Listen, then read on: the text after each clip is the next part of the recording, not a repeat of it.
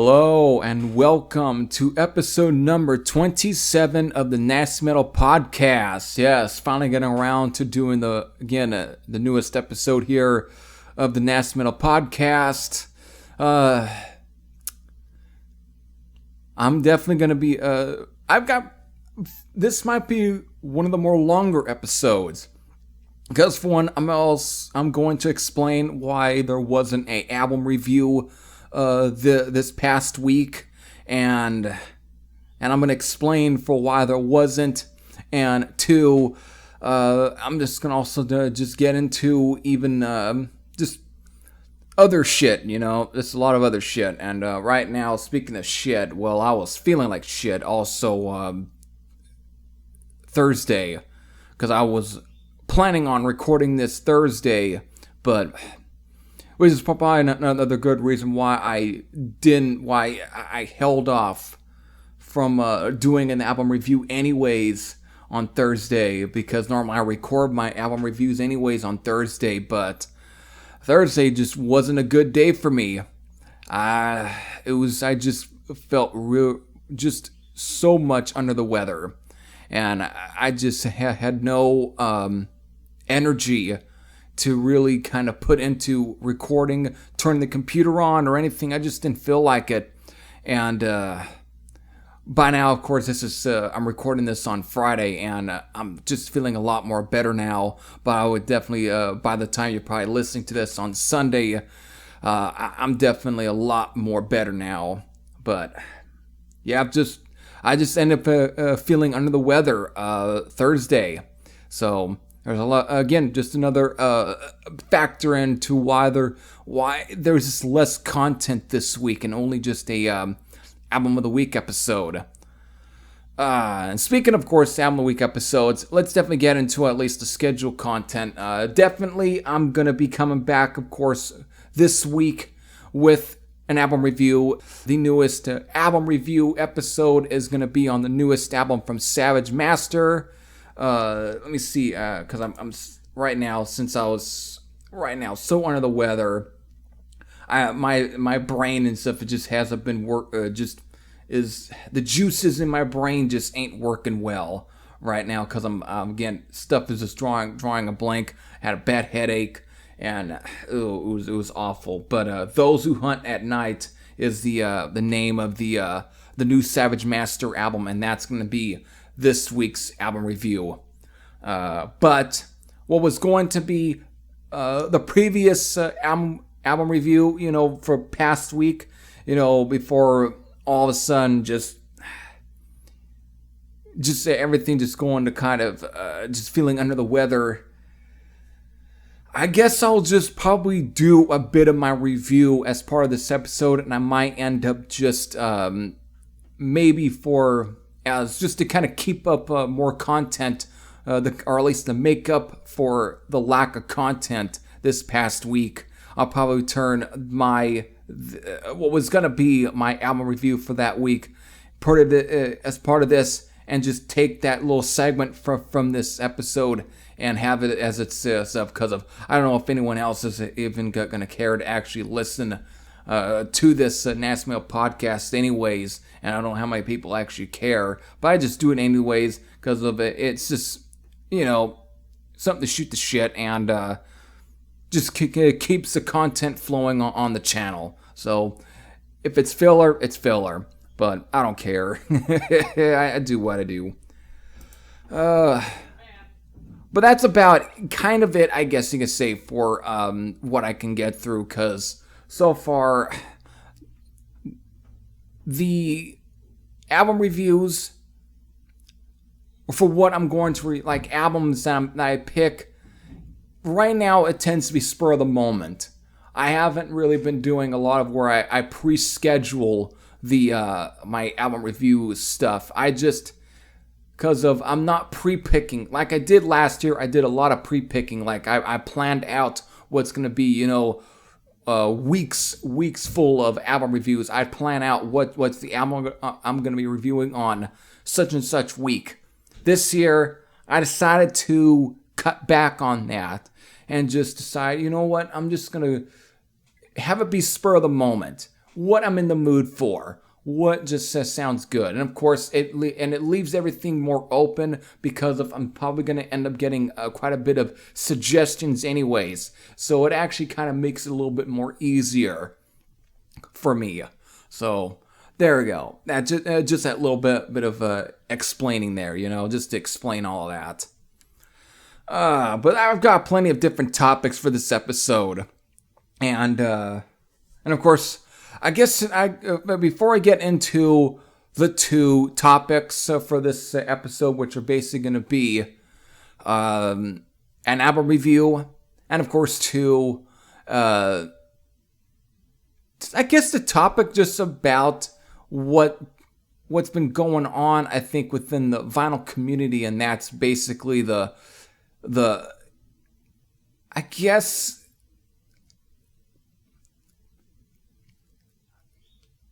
And that is the vinyl resurgence coming to an end? I kind of want to get my little two cents on that. So those are probably the two really big topics for this episode, an album review, and of course the topic on if the vinyl resurgence is dying or dead, because of it's all about the whole mobile fidelity fiasco. So those are going to be the two topics, but I think right now there's a third topic, and I think, and it's probably the sadder of the topics, and I think it's one we should definitely get out of the way, so we have at least some more positives to kind of look through, to look at in a way. I know some might say the death, or the acclaimed death of the vinyl resurgence is probably to some might be a sad topic too, but at least it's a lot more easier than what I'm going to go through, and you probably know which ones already, and that is the passing of Steve Grimmett, vocalist for bands like Grim Reaper, of course, being one of them, also sang for the thrash metal band Onslaught on In Search of Sanity, and of course even started out singing in a band called Chateau on their, I guess their 7-inch single, and of course the Chained and Desperate full-length album, which was Chateau's first record, which was also a pretty good album. And I ended up playing some of those songs as well after basing on the day of his passing. But yeah.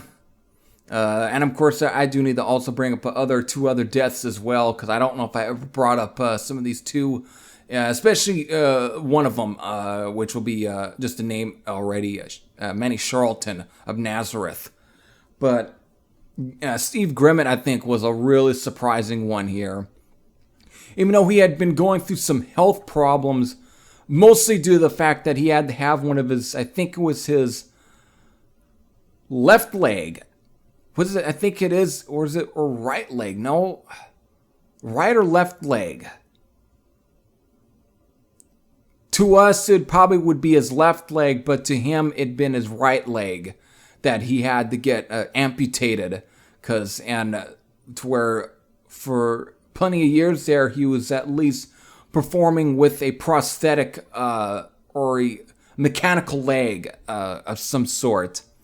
And I mean, when the news first broke I do remember when he had to have his leg amputated. I'm like, oh my God, that sucks. Because there was a point in period before that he was walking with a cane, and it was really sad. Since he still kept his voice in top shape, he still sounded great. Because I reviewed what some years ago might have been 2016, 2017, where I reviewed one of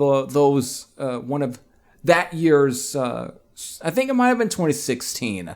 For the one of the Steve Grimmett Grim Reaper albums, and that was really good. And that was a pretty good full-length album. I just never really got around to actually buying a copy, but it was good. And he still kept going. He still kept the name flying. You know, he was flying the flag for the name Grim Reaper, and it's just so unexpected that has come to an end. The whole Grim Reaper thing's now finally come to an end. Again, he was, only 62 years old, which is also, I mean, I know that's still kind of getting up there in age, but the fact he still didn't get to make it to at least 70 or even into his 70s, I think is a complete shame. And I think what makes this even more unexpected and a lot more of a harder pill to swallow is that, according, I think, to what I think it's his wife, posted that he wasn't having he wasn't feeling ill at all. There was no symptoms, nothing that would have given away that would be that would be it. There was nothing really there that said that he was severely ill. He wasn't. And I hate to really kind of make this some sort of theory or conclusion, because I think it's fucked up already because of somebody already. The fact that this was even suggested as a theory, I think, was horrible. But someone is already suggesting that could he have committed suicide, like again with Mike Howe of Metal Church last year. And because again, the fact that he wasn't having any sort of symptoms, there's no even cause, like the cause of death is not by heart attack, not by any sort of sickness or disease or anything. He wasn't like that ill, severely ill, or and so somebody was already kind of coming up with the theory about whether or not the really scary theory that he might have committed suicide. And I hate the fact that I'm even bringing that up. I hate to even think that, because of that's like the worst possible conclusion anyone could ever come up with.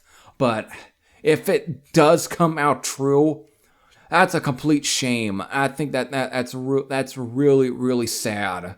Because,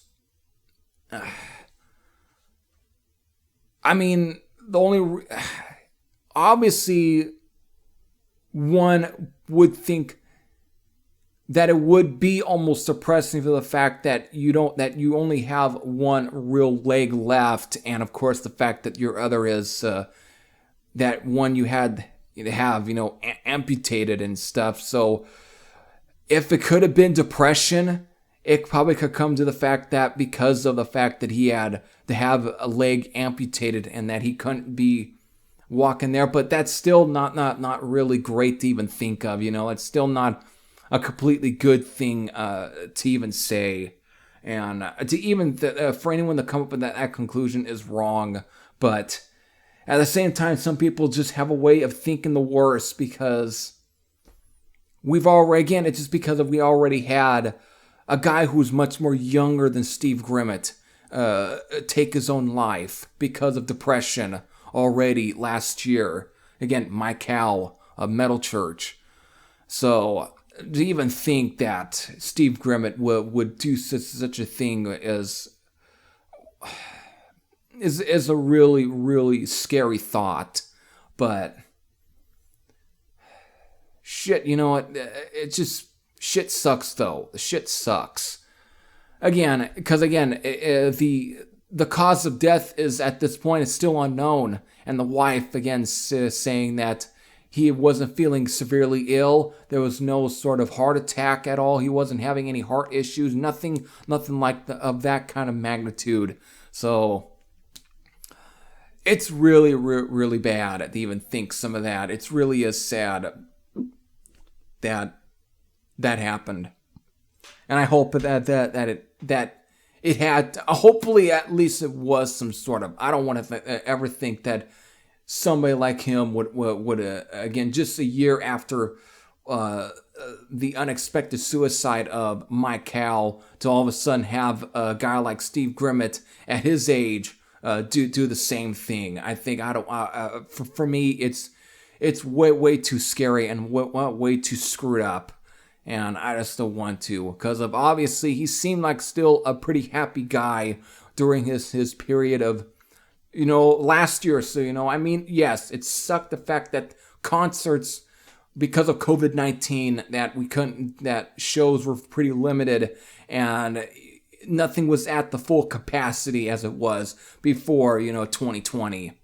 So, I mean, there's always that sort of benefactor there. Because again, that's still another thing that could make somebody to go into depression, because of it's still considered your livelihood. It still is, because nobody else. How many people still, when they are still doing well, playing live shows and bands, on the side, do they have, let's say, the option to actually take a secondary job? Do they even have to get a secondary job on the side? I know the guys in Anvil at least have kind of one, but that's usually for charity stuff. But at the same time, when it comes to a lot of other ones, is that true for them? Do they take a secondary job in case of something happening? So did a lot of them do that during COVID-19? I don't know, and I don't know if a guy like Steve Grimmett did or not. So it really kind of, in a way, it really does make things much more worse than it should, but it did. But yeah, it's just unexpected that we lost Steve Grimmett of Grim Reaper. And then, of course, a week or so ago, we lost Nicki Moore, who was the guy that replaced Bruce Dickinson and Samson. Again, sang on albums like Before the Storm and Don't Get Mad, Get Even, which I actually liked his voice. I know some thought, there were definitely that crowd that thought he was a step down from the vocals, or just the vocal abilities and stuff of, especially just a voice like Bruce Dickinson. People just thought it was like a step down from Bruce Dickinson, but I don't know. I thought Nicki Moore really kind of fit the sort of almost bluesy aspects of Samson, because that had a real nice gruff and grit voice to him. Again, it's, in a way, it might be very similar to, let's say, going from Bon Scott to Brian Johnson, in AC/DC. But the difference, though, is that Bruce Dickinson didn't die. He left to join Iron Maiden, and made him a bona fide superstar. It made him tons of money. Whereas the guys in Samson didn't really get anywhere, especially Paul Samson, of course. Again, who also, even though he's been dead much, much longer, 2002, I think, still, of course, underrated guitar player. Always enjoyed Paul Samson's, just his style. I always dug it. And Nicki Moore, I thought, kind of fit his style too. I thought it accompanied the leanings of Paul Samson. So I actually am a big fan of at least both Before the Storm and Don't Get Mad, Get Even. I think those were very good albums. And Nicki Moore, I thought, had a very good voice. So, and of course, here, the difference I would say here between Nicki Moore and Steve Grimmett is that Nicki Moore was a very heavy set guy. He was very much a little bit on the overweight side. He wasn't the most leanest looking guy, even back during the days in Samson. He wasn't the most leanest looking guy. Everyone else in Samson, including Paul Samson himself, they were all at least had a little bit very underweight. But Nicki Moore was definitely very heavy set. He was a very big and burly looking guy. So I know you're not supposed to kind of judge someone's health just on their weight. Sometimes that can be deceiving, because again, you can also be very underweight and still have a lot of health problems and such and such. But still, there is always those factors when to people who are overweight. It can still put a lot of stress and pressure on your heart and a lot of that. So that I obviously Nicki Moore didn't find ways to either get in shape or anything. And I know some are now probably going to look, oh my God, you're fat shaming. Not really, not my intentions. It's just from a other standpoint, it's not very... you kind of have to think about whether or not, if one's keeping sure that you're doing your body at least some sort of justice. Because look at guys that are bodybuilders, especially a lot of them, that especially whenever they take steroids, that get so buffed up and big, like with Lex Luger, for example, the wrestler. These days, he's skinny and he's in a wheelchair, and it's all the shit he did to himself. But he got to the point where he was so all that muscle, all that weight, it put a lot of pressure on his own body, and it did a lot of reprehensible damage. So I think the same could be to somebody who is almost on the overweight side. It can be the same thing. Guys that are like, what was it, Yokozuna as well, just again bringing up wrestlers for examples of this, who got so heavy set that it really put a lot of pressure on their heart. You know, it puts pressure and on your bowel movement system. So there's nothing wrong with being a little bit on the heavy set side, but I think guys like him got a little bit to where it really did some, like, was it the guy of the band Handsome Beast too? He's no longer alive as well, and he was a very heavy set looking guy, maybe even heavier set compared to Nicki Moore of Samson. So they're just, it's like that. Some of them just don't live too long because of the fact of due to the health and the weight of their bodies. And that's just kind of the way shit ends up being. And it's sad, but hey, people just tend to have a lot of freedom to want to live the way they want to live their life. And sometimes you can't really tell a person whether or not they really should maybe make a little change in their, health, that keep themselves going. I know, it's got a little bit weird, but it's just some... Of course, again, Manny Charlton, too. I don't know if I ever really brought up Manny Charlton in my last Nice Metal Podcast episode, because, he was a pretty old guy, too. I think he got up to his 70s as well, I believe, and he at least made it, I believe. I could be wrong. I don't know. I might have brought up... who knows? I might have already brought up Manny Charlton, but it's still... I think it's definitely quite sad still that we lost one of the original guitar players for Nazareth. And again, I love those Nazareth albums anyways, so I just have to always, here in this topic of people that we've lost again recently. We've lost quite a bit already, quite a bit of people here this year.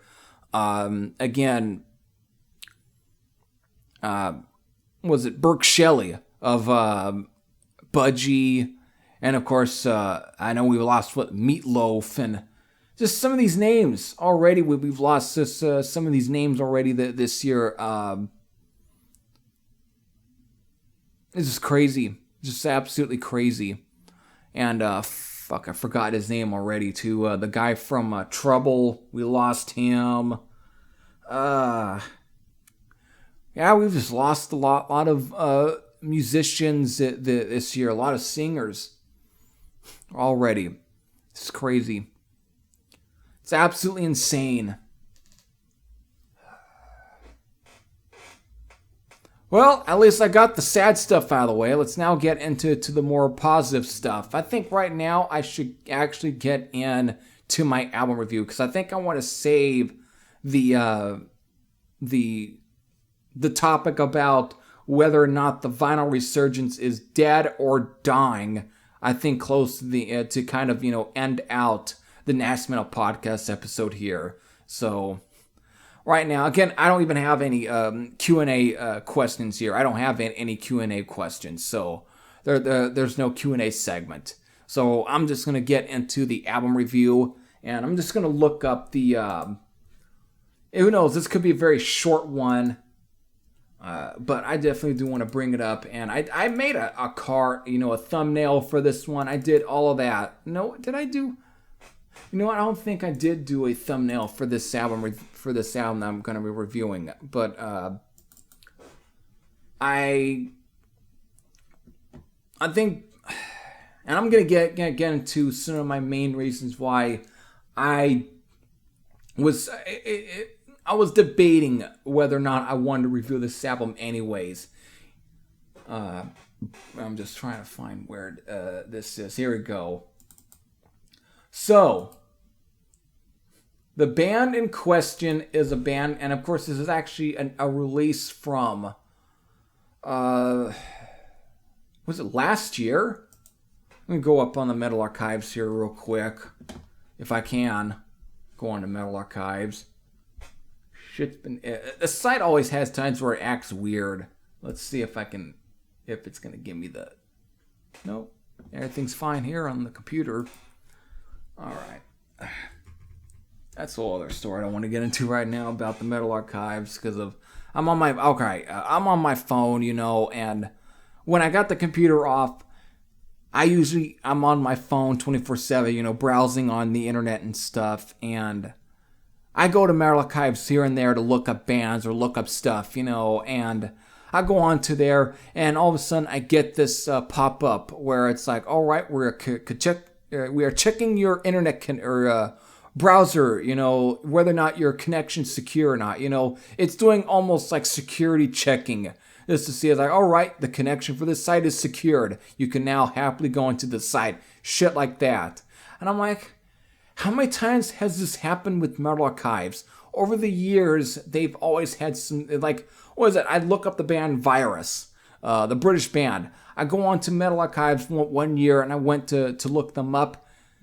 The goddamn browser acted like it gave me a warning. It gave me like, oh, the connection ain't secured, probably because of the band name was Virus. So it thought, oh boy, I think this might give you a virus. It acted weird like that, and I'm like, what the fuck is going on with Metal Archives, and what is going on with my web browser where it's just all of a sudden it just spazzes out like that.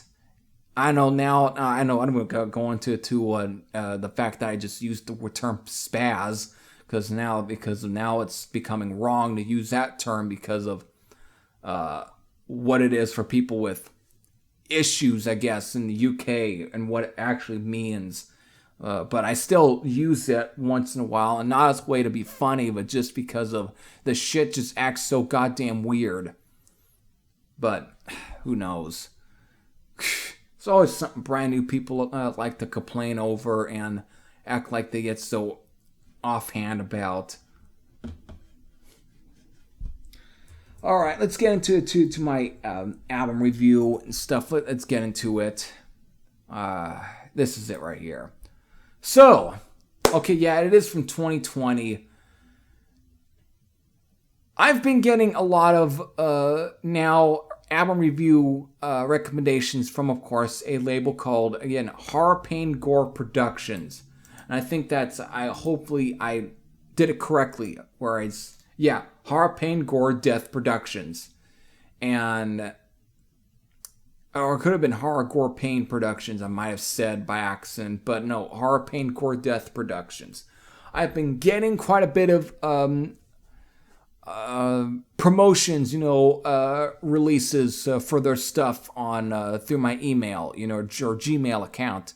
I've been sent a lot of stuff, that would be suggesting, for me to review on the channel. And so I gotten one just recently. Again, I just started really getting with early this year, and I've already did plenty of releases already that were released through, again, Horror Pain Gore Death Productions. The most recent one that I got, and it was for at least a release from a band called Mass Extinction, and the album was titled Never Ending Holocaust, which this was the album I was going to have as last week's album review.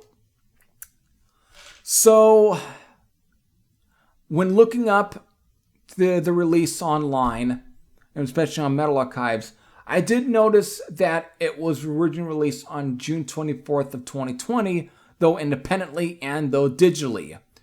What Horror Pain Gore Death Productions sent me is basically was for an August 19th release. It would be the first time it'd be released on CD, though very in limited, limited quantities, limited numbers of release, just a limited number of copies. And so it's still, it brings me back to a bit of the stuff with Doomsday Today Records, where again, some of the stuff might have been released maybe a few years prior, but at the time, they're reissues and they need to at least get some promotion. So I'm like, all right, this is probably going to be the same situation here. So I'll do justice. So, and of course, if you don't know, Mass Extinction are a grindcore band based out of Fair Lawn, New Jersey. And I took a listen to it. Again, it's a pretty short release. It's got 10 songs. And it's at least clocks in at least at 21 minutes and 38 seconds. And it's typical grindcore, though. It's definitely not too bad of stuff. It's definitely grindcore, and it's fine. It sets out what it needs to do as a grindcore release. It's got plenty of anger, got plenty of very mean sort of leanings to the music and stuff. It's just typical of the grindcore genre. And it's fine. There's nothing wrong with the music itself. And I didn't mind it at all. I was not minding it. But the more I started looking into like the intros, especially when it got to the very last song. It's the very last song, Industrialized Murder. Something just didn't click right with me. Something that it didn't hit me right.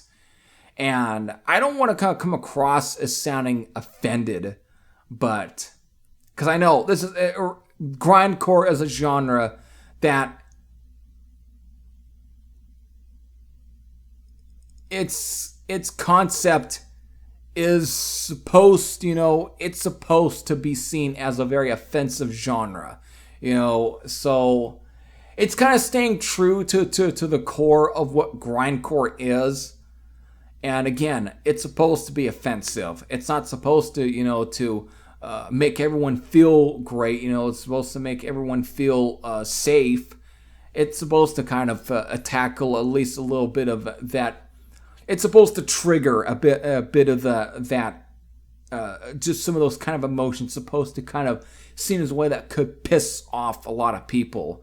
And I get that. But for some reason, there's something about, I'm going to get to it soon. I'm kind of making it very suspense. But it sure didn't hit well with me. And in a way, I just was like, you know what? I don't know what, it's like, I understand again, it's grindcore. Most of the bands within the genre are meant to be offensive. But I think this right here probably comes across as probably being a little bit too hokey in its way of trying to offend people. I think it's trying to be a little bit too, and I think it's almost trying to take itself way too seriously than I think that it actually should. And that's where I think why I have so much issues when it came to actually this album, especially the final song in question here, again, Industrialized Murder. And just to kind of just to what's the term? God dang it! To question the elephant in the room, to address the elephant.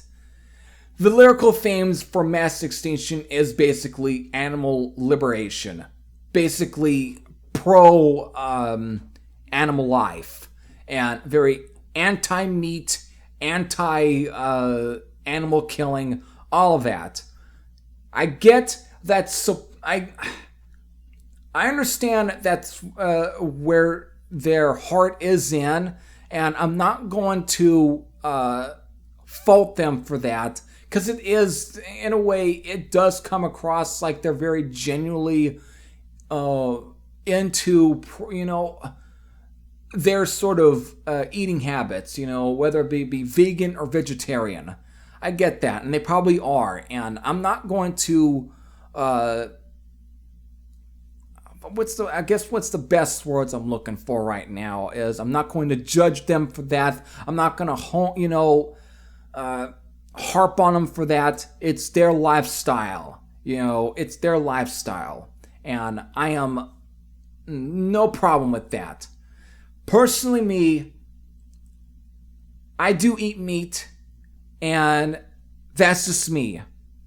I'm not huge on that kind of stuff. It's just not for me. It's just not for me, okay? And I just hope that, and that's another reason why I felt like maybe it may not be a good idea to have a person like me who is a bit of a meat eater to actually review an album from a band that are very anti-meat and everything, anti-animal killing and everything, and I don't know, it probably would not be a good idea. But where I'm heading with this is that as much as I respect their lifestyle and stuff, and I give them for wanting to do that. It's personally for them. They want to eat that kind of way. They want to at least show that they are for that. That's fine. But especially when you're using audio samples, and I'm going to read you the two here, and these are the one, and this is where I'm getting at here, where I'm kind of heading into, why I'm a little bit kind of slightly kind of pissed with some of this in a way, where it kind of a little bit made me mad in a way, and kind of made me kind of debate whether or not I really want to review this album on the channel, because I've already kind of made it to where if I'm going to review an album on the channel, it needs to be something at least I kind of like. If I'm going to review something that I don't like, I need to be a lot more constructive about it. But at the same time, I don't want to get into the habits where I do a lot of bad album reviews, albums I really don't like, and to where I'm going to be like, all right, I'm probably going to really come across as being a little bit too aggressive, a little bit too mean. And I've done that in the past before where I really kind of went in, and I just don't want to do that.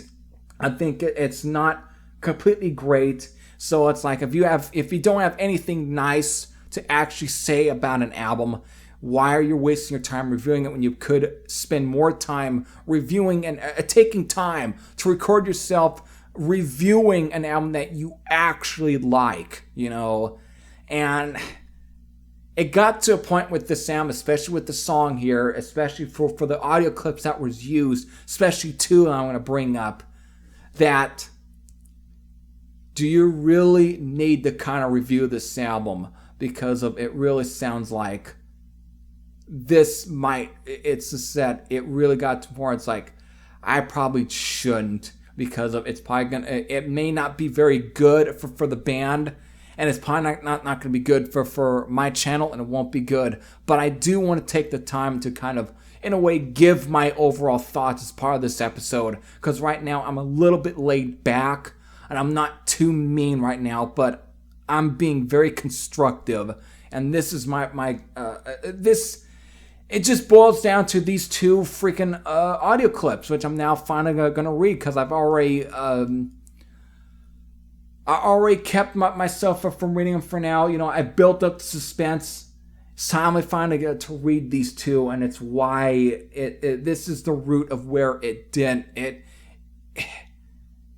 really kind of made me mad. So here we go. I'm trying to find already. I think I know, like this one right here. I don't know where they got some of these clips from, what audio clip this was taken off of YouTube, but whoever it was, this is the kind of shit that actually kind of really pisses me off, because of, in a way, for me, who actually kind of is who is a meat eater of some. I don't like when I get judged like this. It almost feels like I'm getting completely attacked for my lifestyle, and I don't like this. And this is one. Here we go. To the animals, all people are Nazis, and life is an eternal Treblinka. And then finally, the last one that really this is where I really got completely, really, where it's like, this was it. This is where it became so obvious about the band's intentions and why I think they get a little bit, why I think they're taking themselves a little bit too serious for me when it comes to a genre. That's usually a band that just are like completely almost a little bit, tongue-in-cheek, where they're, what they're kind of having fun with it, even though they're probably saying a lot of very kind of nihilistic things in a way. At the same time, they come across as like, all right, they're just having fun with it. This is where it's kind of the opposite of that. This is why it doesn't work for me. And finally, I'm going to read the last little quote here from this audio clip that they've taken from. I should just read it before I get into all of this, before I get into any other thoughts. Here we go. This is the last one, and this is where it just was finally, I just completely just like, all right, fuck this. I'm done. If you're not vegan, you are on the side of the oppressors. You are on the side of violence. You are on the side of injustice of these innocent and vulnerable beings. That's the part where it's just like, all right, you know what? I'm fucking done. This is already where it's like, I don't know if I want to waste my time actually reviewing this album. It's one thing if you have at least a some sort of idea or your intention, just where you're, boy, what's the kind of best word I can use? Because right now I'm lost again because of the fact that I was so under the weather. Certain things that are just things ain't completely working today. But again, you kind of get where I'm coming from at this point already. Probably, hopefully you do. But it's one thing to really share your passion for things. I get where their heart is in. I get where the heart is in, but at the same time, there's at least a point when it comes to a lot of like making these records or something. Where do you need the audio clips? It's the audio clips right now, because I'm just fucking perplexed by some of this. I know a lot of grindcore bands have used a lot of audio clips, but the thing is that with these audio clips, it really makes it very evident of where their heart is in and how these songs, like, this is not just grindcore that's not to be taken too seriously. No, this is like they want to take themselves way too seriously. And I can find it charming, but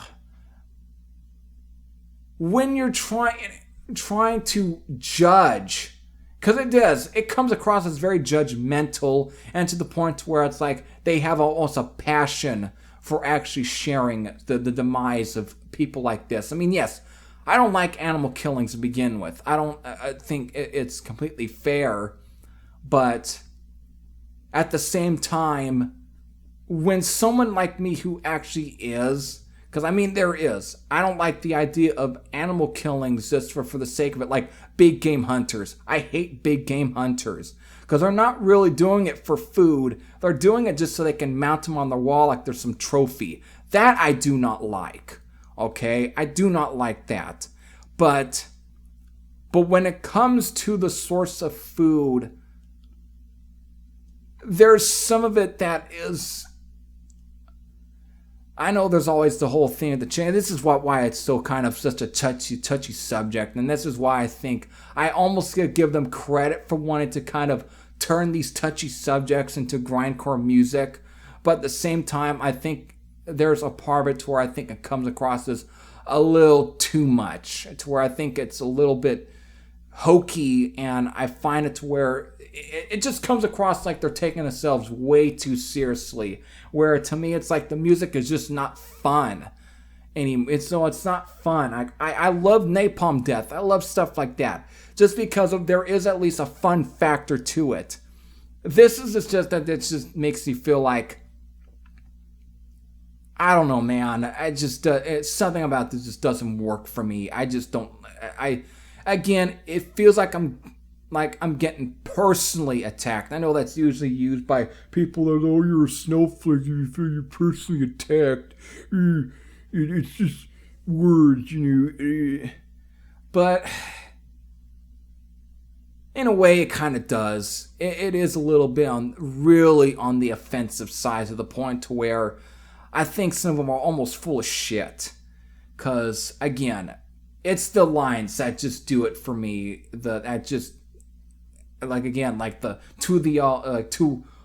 To the animals, all people are Nazis, and life is an eternal Treblinka. And of course, if you're not vegan, you're on the side of the oppressors and shit like that. That to me is just like, alright, I'm fucking done. I don't think I need to waste any more time with some of this. This is not for me at all. If there's people who are really passionate about, that are into metal, that are passionate about being vegan, and are passionate, that share the same feelings as these guys, this is something for them. But for me, it's just not for me at all. And normally I'm very open-minded of people's opinions and their lifestyle. But something about the guys for mass extinction and, of course, never-ending Holocaust, I'm sorry. It just comes across as being a little bit. I mean, I'm not against vegan people. It's just, I don't like it when people like me, who's at least very receptive of people who are of their lifestyle, somehow don't want to do the same, and instead feel like they have to completely take a shit on me in a way, and I feel like they have to goddamn personally attack me because of it. They think it's when I don't think it does anyone a complete good favor, because it's like, come on, it's something for you, but why try and force the same thing onto me? I think that there's a little bit of a kind of, it comes across as a little bit too much, and that's just why I didn't really care for much of this release. Again, it's standard grindcore too, it's standard, and I don't want to take that as a complete pot shot. And hopefully, anyone doesn't take that, or hopefully doesn't take that as like a pot shot. But it's just, it's kind of standard modern, grindcore, but the lyrics, just, that's what does it for me with this release, and why I'm just like, alright, I don't need to force myself any more longer with this album. Even if it's 21 minutes, I'm not going to. I'm going to focus on other things I actually do like, and that's what I'm going to put my energy towards, and not so much this. But I wanted to kind of at least speak about this, because this was an album that I was going to review this week. But I was like, after giving it a listen, I'm like, I don't know. I really don't know if I want to go through, because of, I don't know how much I'm going to do justice, because of, I'm going to come across as a little bit offended in it. And again, this is about a genre that's known for offending people, but at least some people had fun doing it. These guys sound like, I don't think they're having fun at all with with offending people. It's like they have a hard passion for it. And that's why it doesn't completely work for me in ways. Such when it comes to this stuff that's supposed to be fast, and it's just, it works better for hardcore punk, but grindcore is just, it was a crossbreed between sort of death metal and hardcore punk. And most of those bands were very tongue-in-cheek, and at least had a little bit of a fun way of doing it. This is why this sound didn't work completely much for me, and I'm like, I just don't need to go any more further with this. And I mean, it was the last song, but I'm like, you know what? I'm not going to listen to any more of this album. I'm not going to give it any more spins. This was it for me. It's, again, if they didn't have those little intros, those audio snippet clips and stuff that they used in the beginning of their songs or in their songs, I probably wouldn't have completely cared much, actually. But because of those, it made it very evident of what their feelings are towards this. And I'm like, you know what? I'm not going to deal with this, because for someone like me who does eat meat, I think it probably wouldn't be a good idea for a guy like me to actually review this album. I don't know if they would even admire it. I think they actually would find it offensive in itself if a guy like me was reviewing this album. But I got recommended it in a way, and I decided maybe since I want to support the Horror, Pain, Gore, Death Productions label. They've got some cool stuff on that label. There's some good stuff. In a way, again, stuff I want to support. But for a guy like me who wanted to kind of check this release out just out of respect of the label, you kind of have to really show your limits of where you can go with your reviews. It's like you kind of have to have your limits. And this is where it's like, I just have to sometimes put my foot down. I need to I don't need to do this.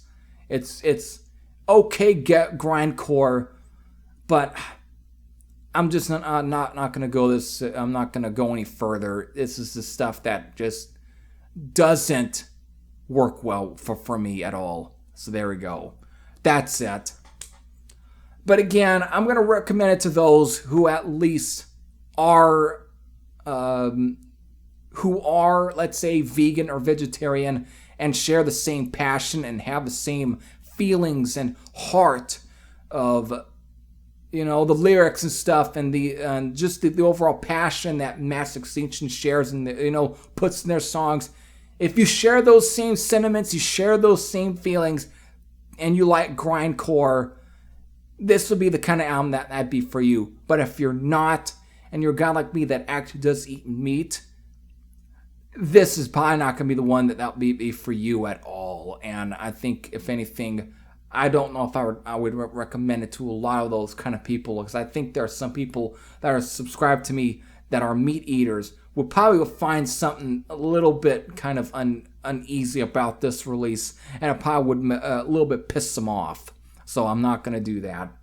That's why I kept it for being an actual album review episode. So there you go.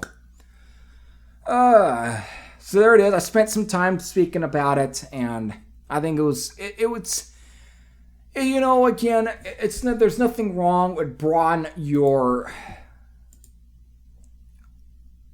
musical taste, especially when it comes to their, lyrics and stuff. I mean, I've got some bands that are Christian stuff, and I'm not a Christian myself, and I've got a lot of questions about some of the faith or whatever. I don't want to come across as being kind of there, but as being judgmental of people's faith.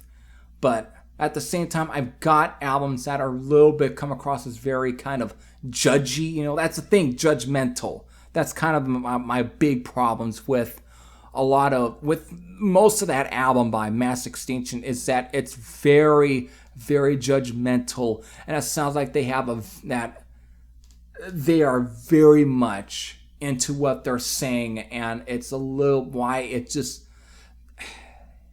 really kind of really made me feel very off. It turned me, it didn't make me feel at all good, and it just was like, well, I don't like being judged like this. I don't. This is, I think, it was a way too overboard and too much for me, and I just didn't want to go any more further with it. But that's the thing; it's judgmental, and they're adept and very preachy of it. It's a very similar thing with a lot of Christian metal bands, very preachy about, if you don't go the side of Jesus Christ, you're gonna burn in hell. And there's a lot of metal bands that did that, but at the same time, why I don't have a problem too much with that is, it's just the yin and yang to, let's say, all the satanic metal bands, that did all the lyrics about Satan. Like, for example, some of the lyrics in, like, Melissa by Merciful Fate, where it's like, all hail Satan. What's the difference there? It's just the sides reverse. And I wanted to save some of that the topic for at least another video that's going to be an actual live recorded video. Not like live, but I mean an actual video recorded, an actual that'll be recorded, behind the camera for another topic. But I've gotten around because, again, I just for the past couple of days, I just wasn't feeling completely all that great. So that's why. But again, it's easier for me to kind of take bands like that, Christian metal bands that got the theme of it's like, just if you don't go with the word of Jesus Christ, you'll burn in hell.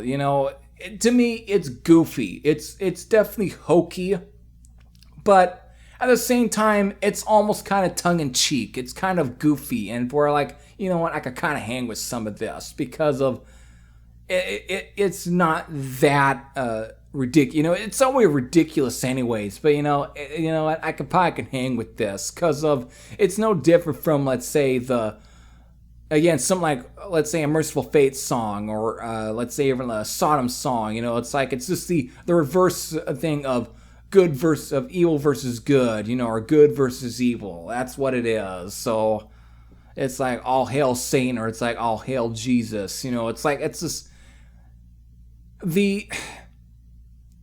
it's somehow not that complete different. So that's why I don't feel too offended by Christian metal bands doing that. I just don't, I'm not, because of it's just, the heart is similar, but it's just worded differently. That's where I'm kind of at when it comes to that. But when you got a band like Mass Extinction, where they're completely have a big heart on for people that are meat eaters, and they want to see people die because of it, and actually, especially for someone like me who is a bit of a meat eater, I mean, I'm not just a bit. It's like, especially considering almost calling me a Nazi for it, that's where I'm like, you know what? Fuck you. I don't need to take any more of this. The last thing I need to be called is a Nazi. That's the way I felt.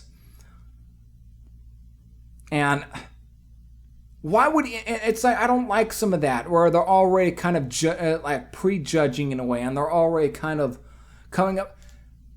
Does a freaking animal, I know what the intentions are, but it's like, does an actual animal know what a Nazi actually means to begin with?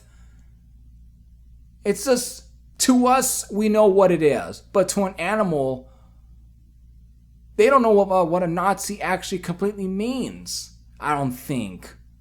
So I just don't understand half of that logic. And it's like, to where I think it's just used as a trigger point for people like me, I guess, to piss off.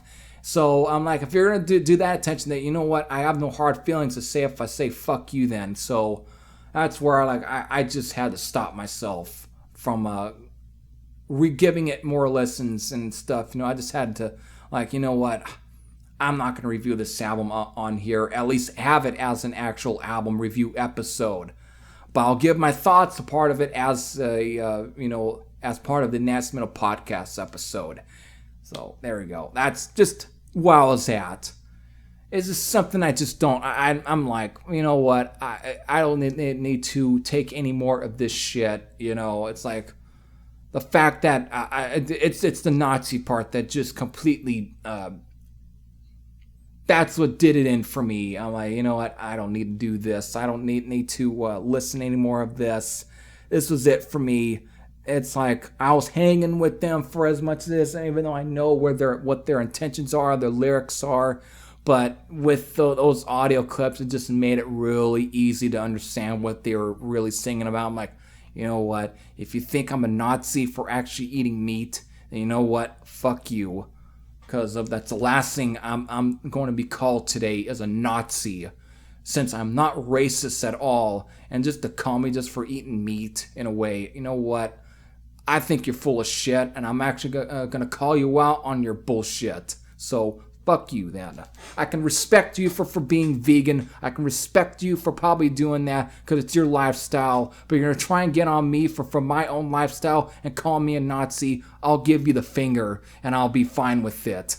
So that's just my overall mentality towards people like that. So from there on out, I'm not going to support anything from the band like Mass Extinction, just because if you're going to be judging me based on my lifestyle, and I've already had it with certain people that want to try and judge others for their lifestyle when others want to be respectful of other people's lifestyles. They want to somehow don't feel like they have to, give out, They have no problem with receiving it, but they somehow want to go give it, They don't want to give it out. And it can be the same thing. They can receive it, but they can't dish it, that they can give out, but they can't receive it. This is going to be where it's like, you know what? I'm not. So, screw you. So, let's definitely change the topic finally. So I don't want to go on for too long on about my overall thoughts on the overall, I guess, stupidity of something like Mass Extinction and their lyrics and their overall intentions for those songs and where their heart is in. I just don't want to go on too long. So let's finally change it to the topic of whether or not the Vinyl Resurgence is either dead or dying, or it can be worded better, like whether the Vinyl Resurgence is either dying or dead, even though it still means the same as it's that, what's the best way to word it? What's the best way to phrase it? And either way, it's already, what it means to begin with. So yes, this has been a topic for several weeks now, since the beginning of August. It's that, and it all comes down to the revelations of what I think it was the president of Mobile Fidelity coming out and pretty much just admitting to their sources and where a lot of the mastering sources, the pressing sources for a lot of the records. Again, most of it being from digital sources. It's all began with that.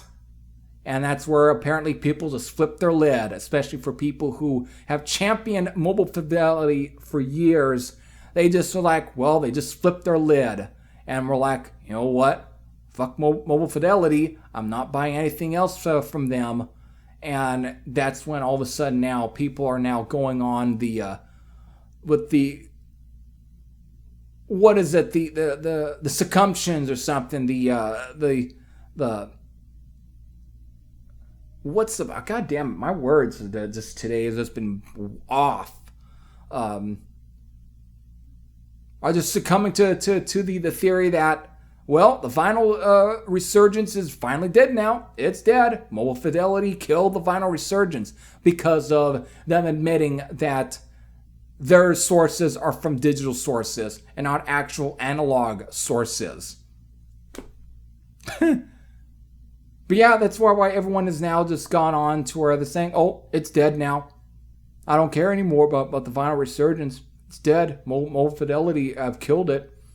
When, alright, I know that Harmless Rebel, who I've been subscribed to for years and part of the vinyl community, he already did at least 2 videos on the topic of Mobile Fidelity. One being about how questionable Mobile Fidelity were.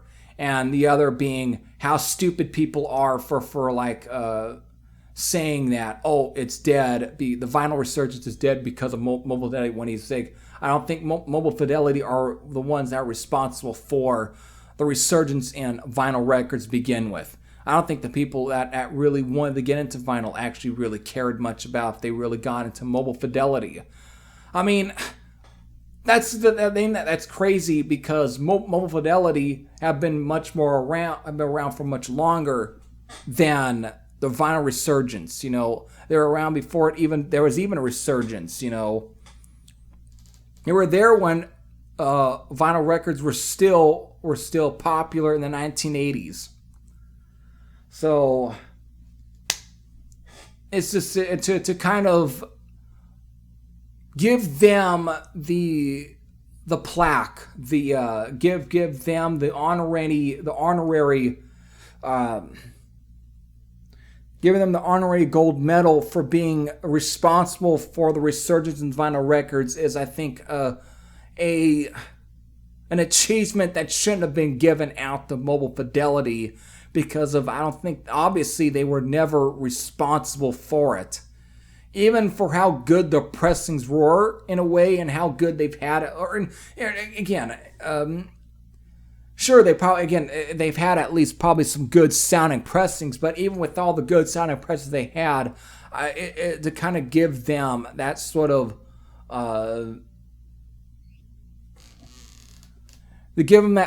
accolade is pretty ridiculous. So it's like, I don't think that they were deserving of that kind of accolade, to be seen as responsible for the resurgence in vinyl.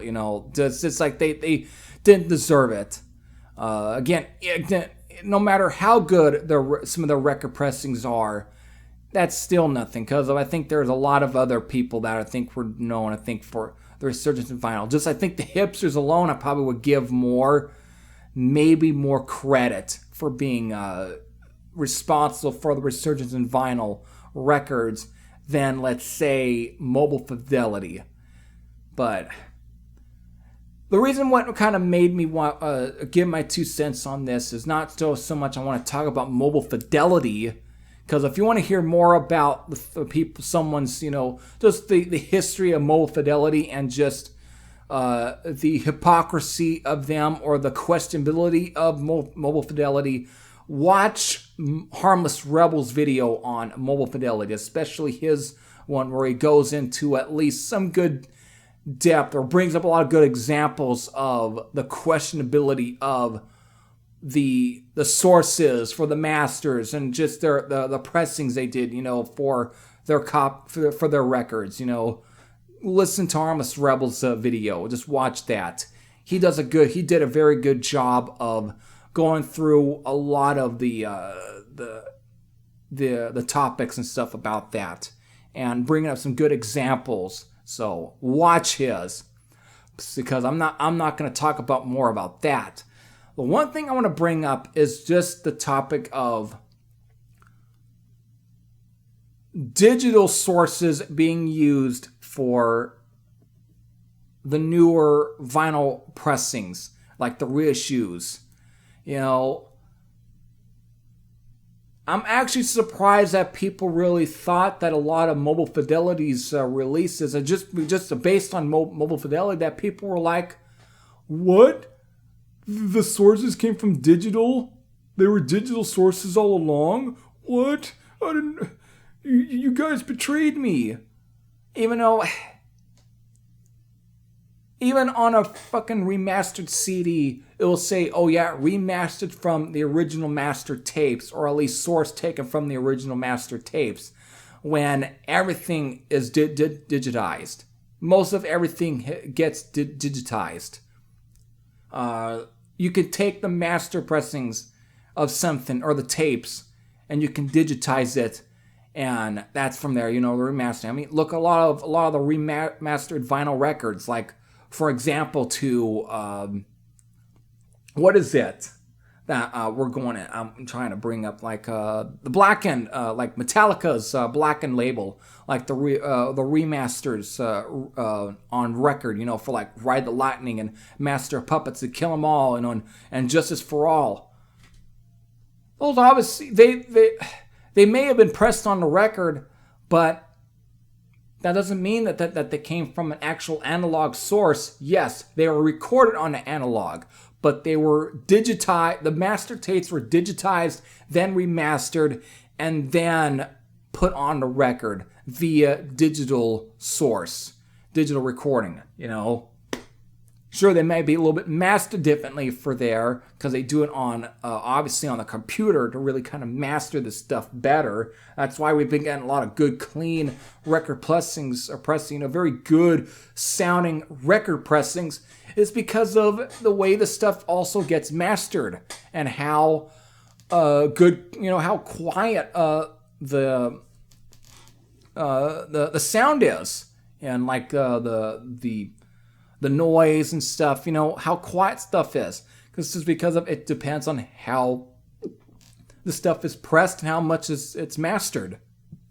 So, to think that Mobile Fidelity wasn't doing things digitally, I think it's all on some of the people, because of, again, you're kind of falling for the bait in a way. You fell for bait in a way, and Again, it's always been questionable, though, for where the sources really came from for like Mobile Fidelity's pressings. It's like it's always been kind of questionable. But to really think that they were still going by the analog route is, once again, I think that kind of comes down also to the consumer. You could, yes, they Mobile Fidelity can be blamed, but they can be blamed for other things. But still, I think when it comes to the source of digital,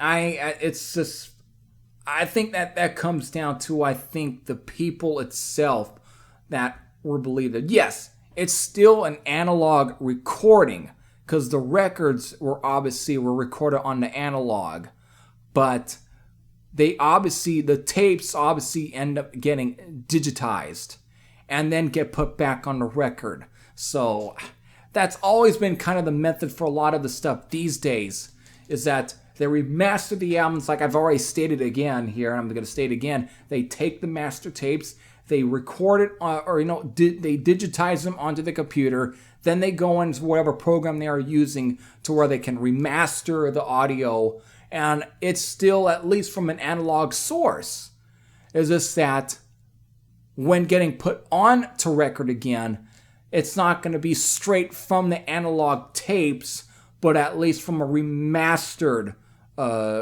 copy of the audio tapes that were digitized to the computer, in a way, onto software.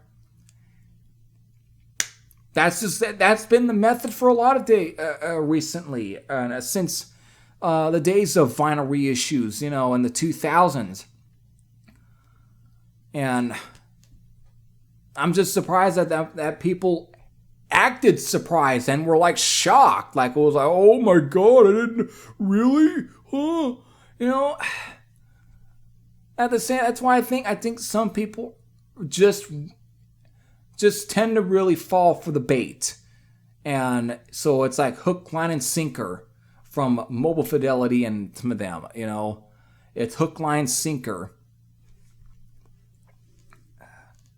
But I do need to bring up another fact that for people that think it's that's very blasphemy, it's almost blasphemous, or to use digital recordings for a record pressing, is, I think, kind of very contradictory, because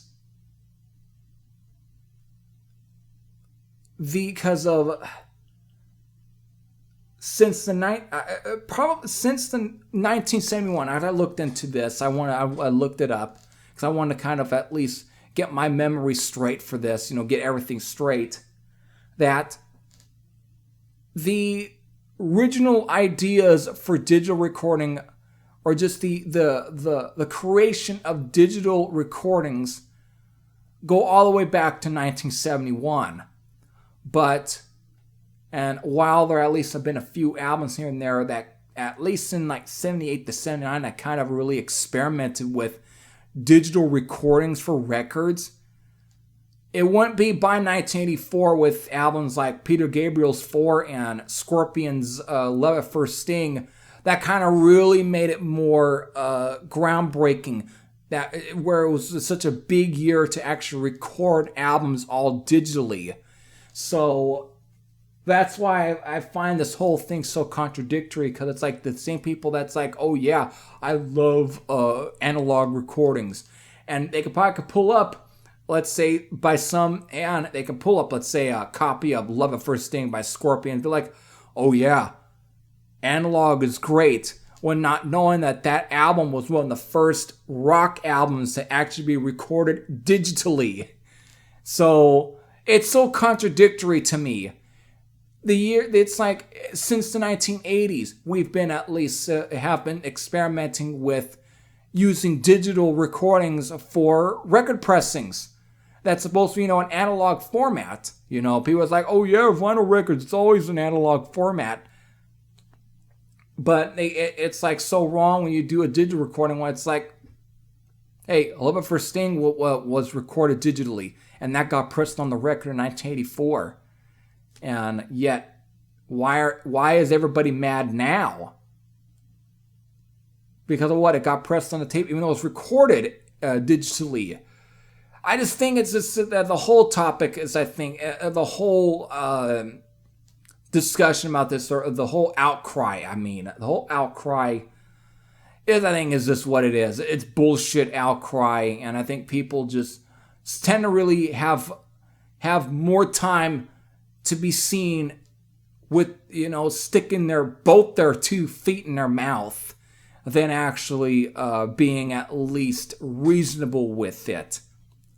The last time I think anything that was, yes, there are still a few couple of DIY people that still kind of do things analog that still do the analog tricks, but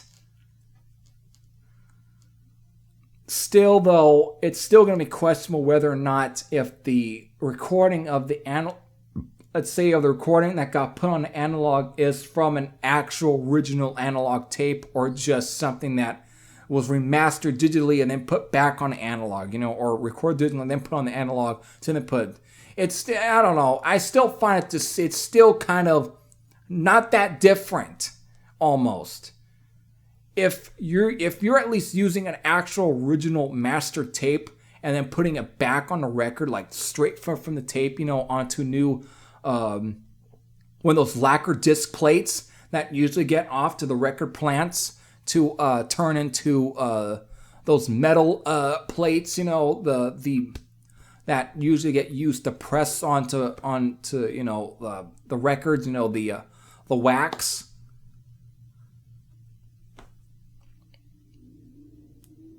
It's as I said, I think it's nothing. It's not all different. I think what people should care more about in this case is less about whether or not the sources are from an actual analog tape source or from a digital copy of, let's say, the analog recordings. Instead about that, it should just be whether or not you're going to get a good sounding record pressing, where it's going to sound great, instead of just like, oh boy, it's from digital, therefore it sounds like shit. You know what I mean? It should be less about that and more about whether or not you're going to get good pressing, because you're the one that's spending money on it, and that's another thing. That's why I don't buy a lot of newer record pressings that much. It's just because, well, this shit costs too much. And that's not because of the Vinyl Resurgence. That's because of the fact that it's the pressing plants, because of the vinyl records for a lot of the reissues. And I've noticed ever since I first started buying record, reissues or vinyl reissues in 2008, 9, the prices have all stayed the same. People will go about, everything goes up when the economy goes up, when gas prices go up. But the one thing I noticed that don't completely go up are the record pressings. And that's just actually, that's why I think what the economy doesn't completely affect. Because I think I come to the conclusion that the reason why the prices for a lot of these record reissues are at least at $22 or $20 is not because of the economy. It's just because of the very limited number of record plants there are. And I'm not sure, and the thing is, I don't know, I'm not friends with anybody that I know of, or any, that worked at a pressing plant, or at least have worked at pressing plants, these days. So I really don't know whether or not how good the pay is, but if these copies are still going to be the same price of $22, for some copies it being $35 for Power Up from AC/DC, then it's less about the economy and more so about how good the pay is for these record plants, because of the pressing plants, that because of that there being such a limited number, and they probably are not very fun and very, very good to begin with, because again, the equipment that these factories are using to create these pressings, that invest in the pressing of vinyl records, it's obsolete. It's obsolete equipment, and the plant, and they obviously, we don't have any of the same equipment anymore. We can't create the same equipment anymore because of its obsolete technology and stuff.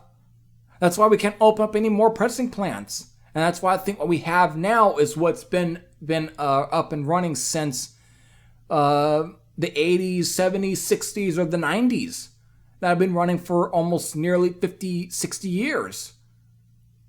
And that's what has been there for all around the country. The equipment is obsolete. We can't make any more of the same equipment anymore, and therefore we can't fund the creation of newer pressing plants, because the stuff is pretty much obsolete. And these are what we have left are the ones that still have the equipment that is still functioning still. And so to really believe that this is going to be the end of the vinyl resurgence is kind of asinine, because as long as we still have these record plants functioning with the equipment still functioning as well, we're still going to see a lot of records being pressed, no matter from what artist. It's going to be no matter what label, we're still going to see them get pressed. But as long as they're still up and running, we're going to get them. Until all that equipment from most of those plants all go dead, meaning they all stop working, everything pretty much just goes shit, we'll still see some. That's the only time at that time that the stuff will die, is if the plants all burn up, or the equipment just goes up in flame, or everything just no longer functions because we don't have the tools anymore to actually fix the stuff. So there we go. That will be the thing that kills the vinyl boom, is when all the record plants are gone, because the equipment ends up going up in smoke. That's all. That's my that's just my overall outlook on the whole situation, with people claiming that the vinyl resurgence is either dying or dead, and of course them trying to give the claim to Mobile Fidelity for being responsible for the resurgence in vinyl records. There you go. So that's it. That's it for this episode. Probably sometime next month I'll do episode number 28. And I would say I had some pretty good time. This was good because it was kind of good therapy for me. Because after a day of being very much under the weather, this worked out well because I needed this. I needed to get this episode done. So there we go. I hope all of you are at least found these topics interesting. And I hope all of you are also looking to next week's content. So until then, this is Heavy Thresher saying I'm out. And I'll see you all later. Take care, everyone.